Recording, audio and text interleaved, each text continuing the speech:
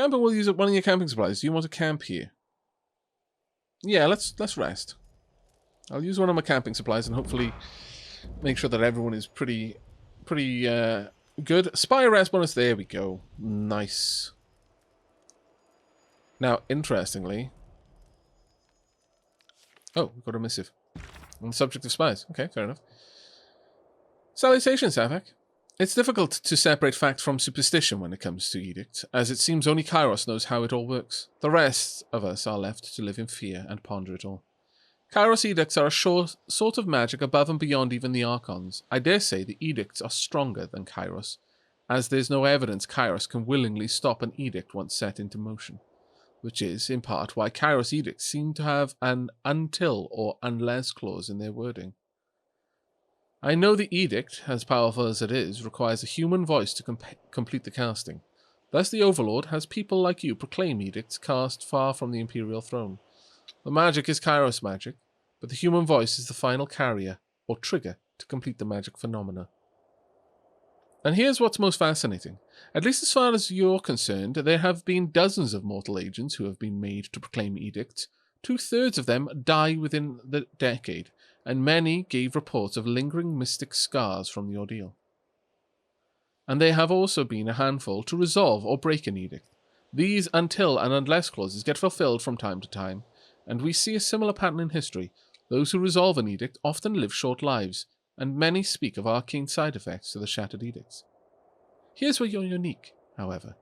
To the best of my fact-finding, you are the first to proclaim and break the exact same edict. Whatever mystical power is involved in the creation and destruction of such magics, you're the first to stand at the terminus of both. Now that I know the spires can be awoken, it makes sense that if anything can or would wake them from their slumber, a shattered edict seems the likely culprit. It seems that we've got the formatting error again. Seems like there's two Kyroses next to each other. Kyros has other edicts in place throughout the tiers. If you truly wish to learn more, perhaps you should take it upon yourself to shatter those edicts. After all, if Kyros did not wish for the edicts to be broken, why include a termination clause? Yeah, that makes sense. Okay. Oh, I didn't read my own replies. So before the reply on the spire, dear Myothis, it seems wise to know one's own domain, and seeing as I'm now the master of the mountain spire, I ought to learn all that I can. If you would share with me what you know of the spires, I would be in your debt. I'll start with what I know and have observed so far. The mountain spire seems to have awakened at about the same instance that Kyros' edict of execution was put to rest. There was a burst of arcane energy that drowned out my senses, and I awoke at the summit of the spire, in what seemed to be just a few heartbeats of time. Atop the spire is an old sculpture of sorts, and it seems to be the core of the spire's mystic energy. I've been seeing visions and receiving sensations from the sculpture. It seems odd to describe it as talking to me, but that seems the closest analogy. Am I the first to report such things? There are other spires elsewhere in the world, correct? And then my other reply was... Dear Myothis, thank you for hearing me out. I have more questions than I have ink, but let's start with a discussion of Kyros' edicts. I've lived under, proclaimed, and resolved edicts, which makes me far more knowledgeable than the layperson on the subject, and yet I still know so little. Solicit her advice. Okay, what am I going to say? Dear Myothis, I appreciate the information. Thank you for sharing. Knowing what you know of my situation, what would you do? Okay. There we go. Hey, Jepsa, how you doing, mate? And hiya, Prismatic Flux. Okay. And thank you very much for dropping by. Hopefully, you are going to enjoy the stream. Right, we know everything we need to know at this point. I don't know why Barik's level is marked as 10, though. Is this something I haven't done?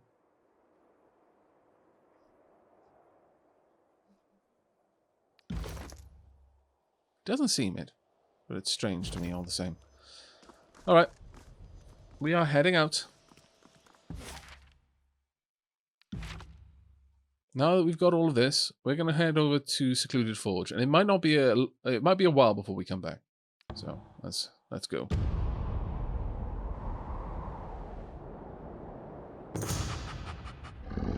Encountered in Bendrin's well. Kills in Shadow interrupts your journey through the tears with a massive raised paw. Her nostrils flare, clawed fingers curling inwards. The Shadow Hunter raises her hand as high as possible, smelling the wind. Her head, sorry. And then lowers her nose to the ground to sniff the road. Beast Woman sent here. She twists both directions, then gestures off the road. Went uphill. Kills in Shadow contract. Yep. Look for the Beast Woman. You nod in approval, and she falls to all fours, clambering up the hill with her nose low to the ground, sucking deep breath through her nostrils. You follow, easily keeping pace, but sweating slightly from the exertion. You see the smoke of her campfire before you see the Beast Woman herself, and Kills in Shadow chuffs at the sign. Why burn wood? Every hunter in tears can see smoke. She scratches her head. Investigate. You follow the trail of smoke into a gully and find a relatively small Beast Woman seated on a log. She looks up and chuffs lightly. Not smell you, she says by way of greeting, gesturing with an open paw at the campfire. Sign smells strongest. Her head tilts slightly to the side. Human wants trade then? Ask why she's here. You approach the small campsite and ask the Beast Woman what she's doing alone out here. She scratches her head. Gem claim trades. Hunts for meat and fur. Searches for shiny stones, but mostly trades. Trades all with any. Kills in Shadow chuffs in distaste. Beast Woman hunts to eat. Only humans hunt for barter. Gem claim rolls one of her shoulders. Gem claim likes shiny stones, likes rings, reminds Gem claim of other times. She shakes her head rapidly, then swats away a fly. Okay, I'll offer to trade. The Beast Woman unrolls a large hide that contains a wide variety of goods. Best meat, best hide, all fresh from hunt. How interesting. What? Okay, these look interesting, but there's no way I can afford them. Much sadness is me.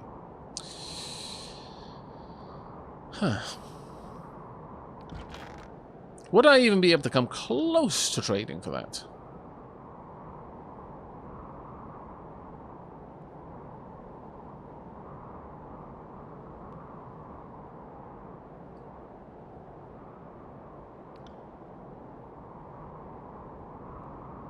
How much would it be worth? 42, you guys.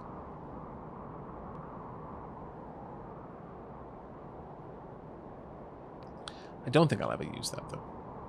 Do I want these? Let me have a look at Barik's equipment. You've currently got a stone shield, tower shield. Offhand only. Fine. Centurion's bulwark.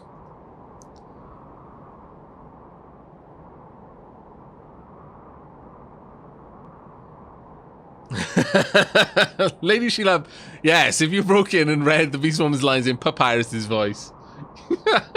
You can't.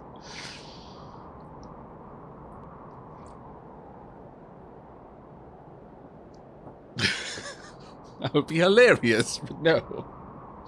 Oh my lord.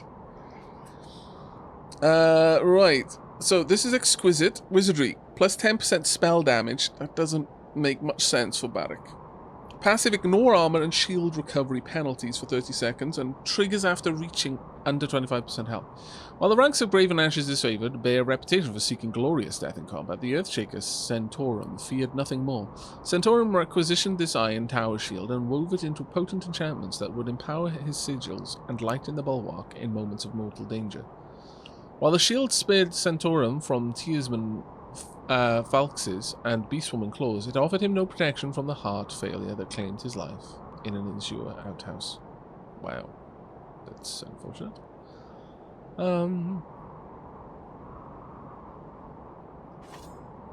Oops, no. Put that back. I mean, it's a nice weapon, sure, but it's probably better than what we've got here. Yes, it's better than by quite a large margin. That armor penetration of 6? Yikes. Do I even have something like that? That being said, I do have some one-handed and thrown weapons. Armor penetration of 4, accurate. I do have some gear here.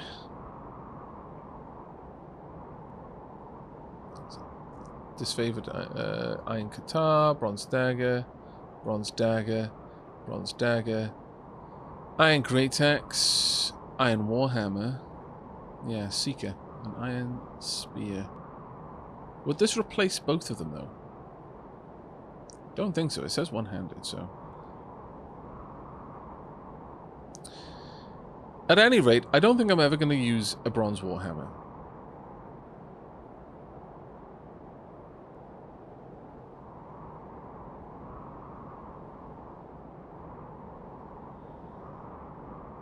I might not use the Staff of the Boreal Forest either.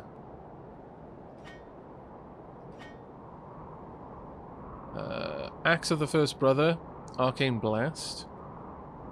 On weapon crit, damage 17 to 13. Burst magic. I don't actually think I care about Axe of the First Brother at all. And I don't really care about honking great two-handed weapons either.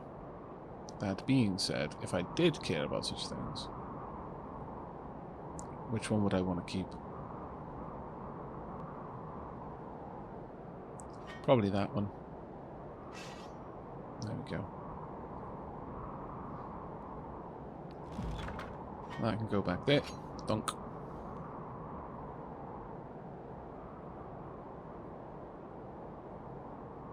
Now, if I wanted to grab this disfavored iron sword, that is a beautiful weapon. That armor pen is absolutely wondrous. Recovery plus 0.7. 0.8 parry plus 25. Parry plus 27 there. Dodge plus 8. Plus 6. Endurance plus 23. The Dire Fortitude is really nice.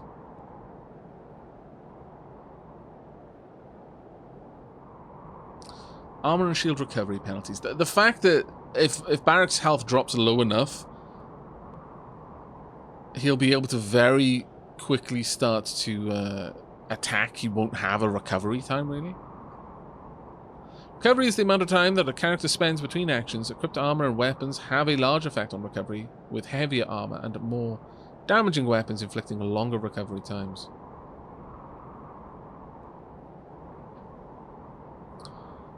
A lot of his armor does. Because we can't improve his current armor at all, so which is the one that I want the most, basically? That's what this comes down to. I think that would be a decent trade. There we go. I can probably get rid of a lot of this random junk that I've got as well. If you can trade for it, I'm happy to give it to you. Disfavored iron sword. Disfavored iron sword. Disfavored iron sword. Yeah, don't need any of these, really.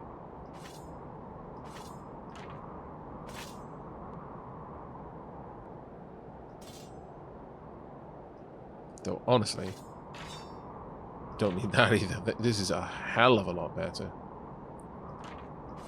I'm going to dump a lot of these items.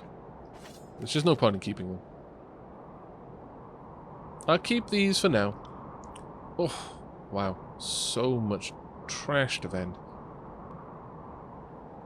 Does the trader have enough money to make this trade, though, is the question. Yes, apparently. It would seem so.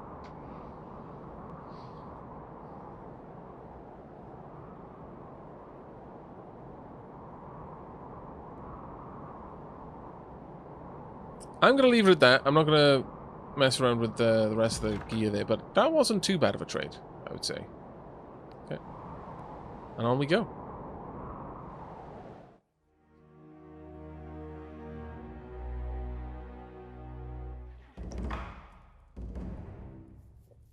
Received a missive. 2-9. Favor 1. Dear Aavak, based on what you've told me, it seems a stretch to believe these events are mere coincidence or circumstance. Kyros' Edict of Execution was a setup for someone to claim Ascension's Hall. To think that Kyros did not know what would happen is a massive underestimation of the Overlord's long view. You have been thrust into an arena of the mighty. Your options are retreat into obscurity, suicide, or rising to the occasion. I suggest a third option. If I were you, I would use my connections to the spires to see if they will all awaken to my presence. Every tearsman sees the spires in the horizon.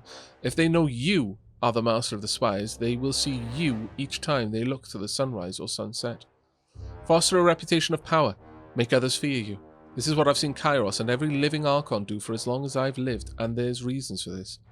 There's the practical case that power and reputation insulate you from the threats, but there's the lesser known element that I can't prove, but I know in my heart to be true. The fear and love of others will strengthen your magic. This last part I've inferred from my discussions with Bled and Mark. In the few times he has spoken of his gruesome work of slaying those who might rise to threaten the Overlord, he has hinted that it's easier to kill the rogue elements before they become famed and fearsome. In my lifetime, I saw Graven Ash change from an unknown militiaman to a fearsome general, and I can assure you he did not have the power to shield his warriors in those days when he was without title or reputation. The Archons will never, ever discuss the origin of their power because such knowledge might be used against them. But I have known all the Archons to be obsessed with the presentation of power. Your connection to the spires will all but guarantee the Archons will want to control and destroy you. It's a question of when, not if. Start thinking and acting like an Archon. As far as I'm concerned, you are an Archon. The Archon of the Spires. We are quick to place labels on powers we easily spot, and history is replete with Archons of fire and ice. It is foolish to think that there must be a word with a thing before an Archon can control it. Other way around, the Archons show us what is possible, and we must step to their dance. Wow. Okay. Inquire about Bled and Mark's killings. I think that one's probably one of the really nice ones. And Uzats, thank you very much for the Twitch Prime. 15 months in a row. Thank you, mate. Welcome back.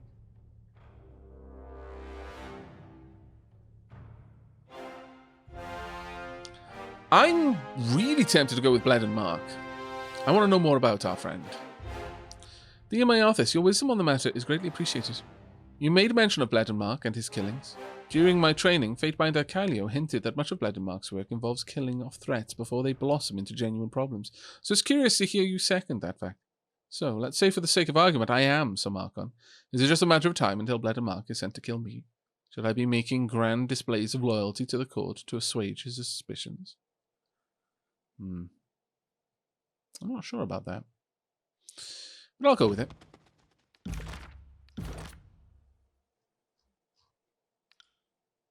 Not quite at 3 yet with Tunon, but maybe we'll get there eventually. Alright. On it. What have we got in here? Hello. Cool air stirs your clothes as you step into the small workshop, despite the lit forge you see against the back wall. A dark-robed woman stalks the center of the space, fingers dancing against her chin, eyebrows furrowed in thought. Sooty smears on her skin suggest she touches her face often. She spares you an initially dismissive glance, but follows it with a surprised double take. Oh, fuck me, the Fatebinder! I mean, what brings you to my humble atelier? I take it you know me. Nice forge, who are you? I need to examine my friend. We'll go with it. Does anybody not? Spies don't exactly light up like the sun every day. I'll compliment the forge. Let's start with a compliment to something. Thanks, I made it myself, she chuckles.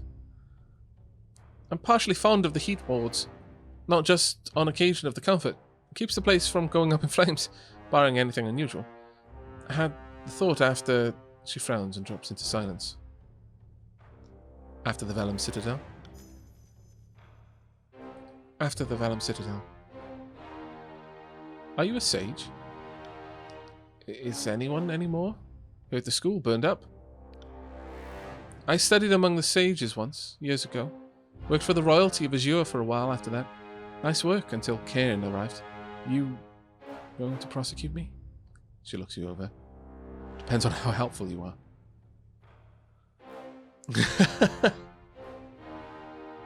Well...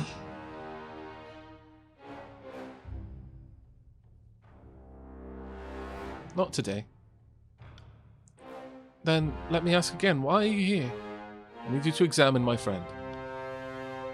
This one, I assume. He's pointy. Her gaze wanders around Barik's assortment of sharp edges. Damn it, Fatebinder, why can't you leave this be? Because like it or not, you're my ally. I, more often than not, don't like it, but it's the fate that we've been dealt. Leave what be? I hoped you might free Barik from his bronze and iron prison. Apparently he's pretty bad at climbing, sneaking, swimming, and using the privy unassisted. I'd like you to address that. Get him out of that armor. I'll go with the first. Be a little bit more poetic. Fatebinder, you know as well as I that Tunon forbade this. I cannot be complicit.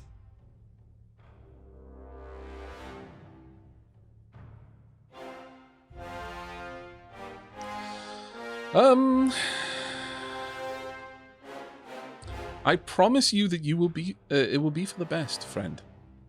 Let me deal with the legal ramifications. I have little confidence that Tunon will see it the same way, or that you will be able to shield me from his wrath. I should have told him, should have ordered him, and he wouldn't have been complicit in that. Yeah, that would have been a better one to go with. I assume that you want to come out with all your bits regardless, right? Then hold still and quiet down. Before anything else, I need to ask you a few questions. What manner of questions? Just answer the questions, Barik. Understand that there may be things we can't tell you. Ask away. I won't ask anything political or tactical, only matters personal. Dr. Moretti, he's so annoying. Why are we helping him? Because I like to help people. It's a hobby. Some people knit, some people collect cats. I help people, all right? Hardly reassuring. First, have you ever engaged in sexual congress? I hope Licentia is just having fun with this. What? I how can that can't be relevant? He doesn't understand the first thing about mystic sympathy, does he? The smith frowns and looks to you. It's important, Barik, particularly in the case of a possible convergence of arcane energies to rule out resonant adulteration. I feel like I'm just playing along with some horrible, horrible joke. And in the case of Barik, I approve. I suppose that sounds reasonable. The armor has prevented anything from happening recently, regardless of whether or not I wanted it to. Before that, well, the Legion is... I spent it... People I cared for deeply. We are the pride of the North. Strong and beautiful. Oh, Barik, this makes this entire journey and whatever wrath I suffer from Tunon worth it.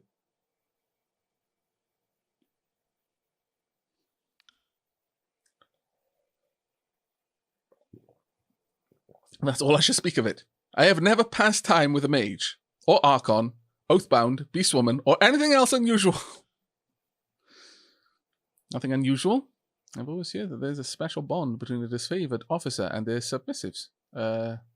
Subordinates. Is there anything else you are unwilling to soil with your perversion, witch? You wore forge-bound armor during the conquest, correct? And prior to it? Was it sigil woven, enchanted against harm? I do not believe so. It was iron. Have you had sigils of any kind branded on into your skin? I bear the mark of the disfavored, and nothing else. I'm going to remain silent. You bear Graven Ash's sigil? Of course. I've heard it said the Graven Ash protect. The sages had no direct knowledge of the Archon of War's abilities, but there were many, many theories. I don't suppose you can provide any concrete information. You ask me to reveal the great general secrets to a mage? That is too much. He would hate me. He would hate me.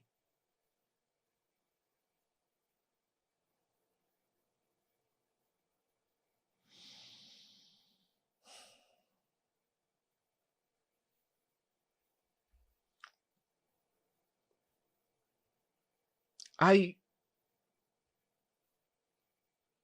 want to chase that law skill so bad. But he already doesn't like me that much.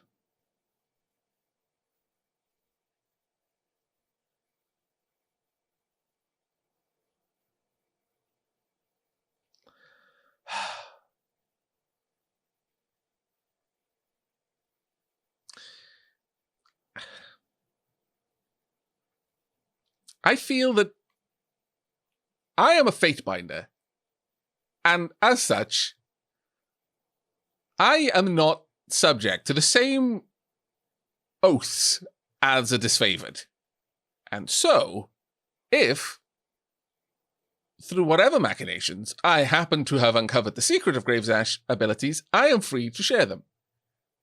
Whether Barik likes it or not, well, that's on him. Whether it is in some way a sin or not, I don't believe so. So, Fatebinder, his gasp contains anger and disbelief in equal measure. I knew you wouldn't like it, but 8 law skill, though. And you do not need repairs or maintenance on the armor, I presume? Aside from oiling it and filing down the pointier bits. No, wait, how did you know that? Metal grinds quietly. The smith stares at Barik in thoughtful silence before retrieving from the forge a long bar of iron, its end glowing red from the heat. She holds it out to you. I'm going to glare at her. Suit yourself. She turns from you, lowers the heated iron, and with a shockingly fast thrust, drives it into Barik's side. I'm just going to watch. Howling in agony, Barik staggers backwards, grasping at his side. The smell of burnt flesh hits your nostrils a moment later. Reaching down, Licentia grabs the iron rod and tugs it from Barik's side, eliciting another scream of pain. She takes a step back as his gauntlet swings out in wild attempt to backhand her.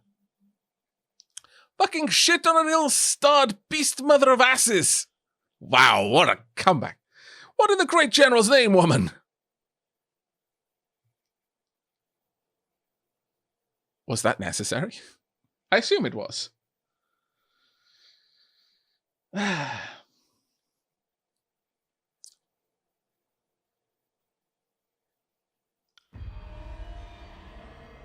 Of course it was not fucking necessary. I did not ask for this. And Barik roars, his armor ringing like a gong as he slams one gauntleted fist into the other. At this point, I'm going to get all kinds of bonuses from how much Barik has fear of me.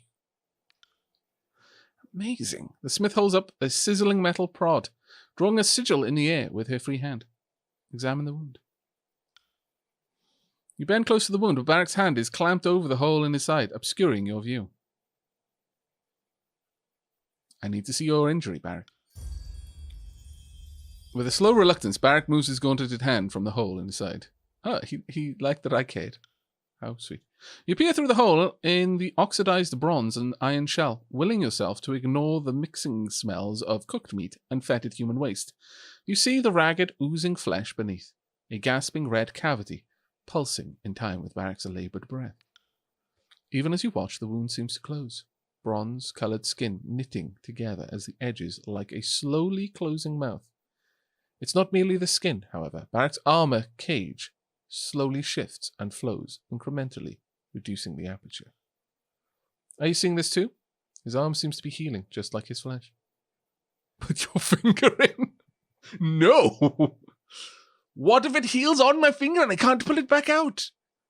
I'm not walking around with a Barik stuck to my hand.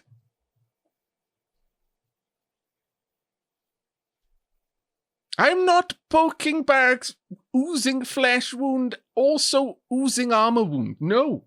It's not just oozing with blood, you understand. When they was talking about human waste, that wasn't a new smell because he'd just been stabbed by burning hot iron. That's very old smell. At this point, my character has almost certainly become noseblind to it, but it still doesn't mean I want to put my finger in it. Exactly. And the edges. If she's making any attempt to hide her excitement, she's failing spectacularly. Your armor and flesh heal as one. Is that a standard property amongst the disfavored? She straightens, peering into Barik's mismatched eyes. Not to my knowledge. His armor heals, so what? There, we're finally getting somewhere, right? If he and his armor heal as one, they're likely mystically bound together. Indeed, Tunon likes them smart, I take it. The question remains, though, why does this happen? She smiles appreciatively at you. I have a working theory, but what I can't make out is what differentiates you from the other disfavored who served in the Blade Grave. Maybe it's some trick of the blood. Maybe it's your connection to the Fatebinder. Maybe something else. But I barely knew the Fatebinder prior to Vendrian's well. There's a lot we don't understand about how the world works. Kyros' strictures against literacy and inquiry don't exactly help. She glances at you.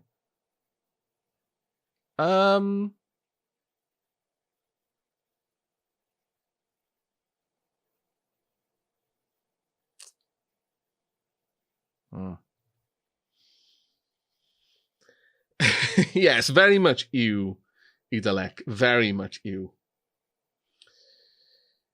I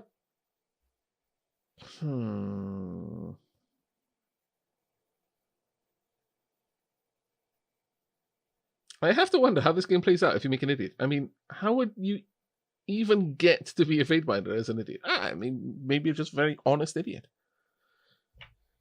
You don't get muddled up in the whims and wiles of court intrigue. You see the world straight and simple and clean, hard edges, corners, no curves, no subtle gradients, no shades of grey in between black and white. Something is either the law or it is not the law. It is okay or it is to be executed. I could very easily see a simple-witted Fatebinder being quite effective in the role, honestly.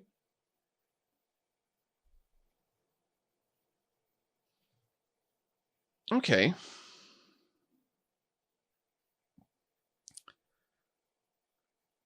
I'd like to turn it on. Choose your words carefully, Smith. I'm not going to smack the Smith who's helping us. No, I refuse.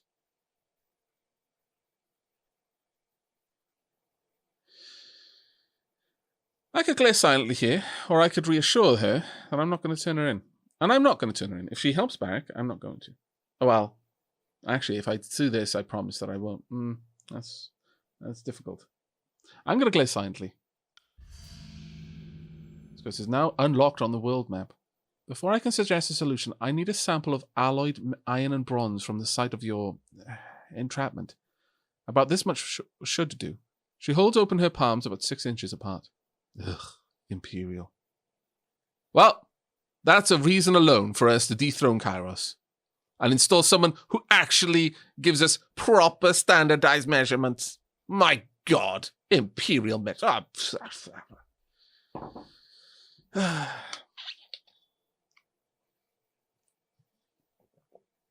Nonsense. Can't we just cut that much off? What? No. We'll get you the sample. Then I await your return.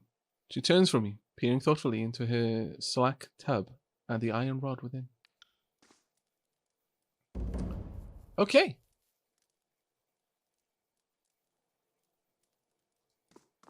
That was interesting.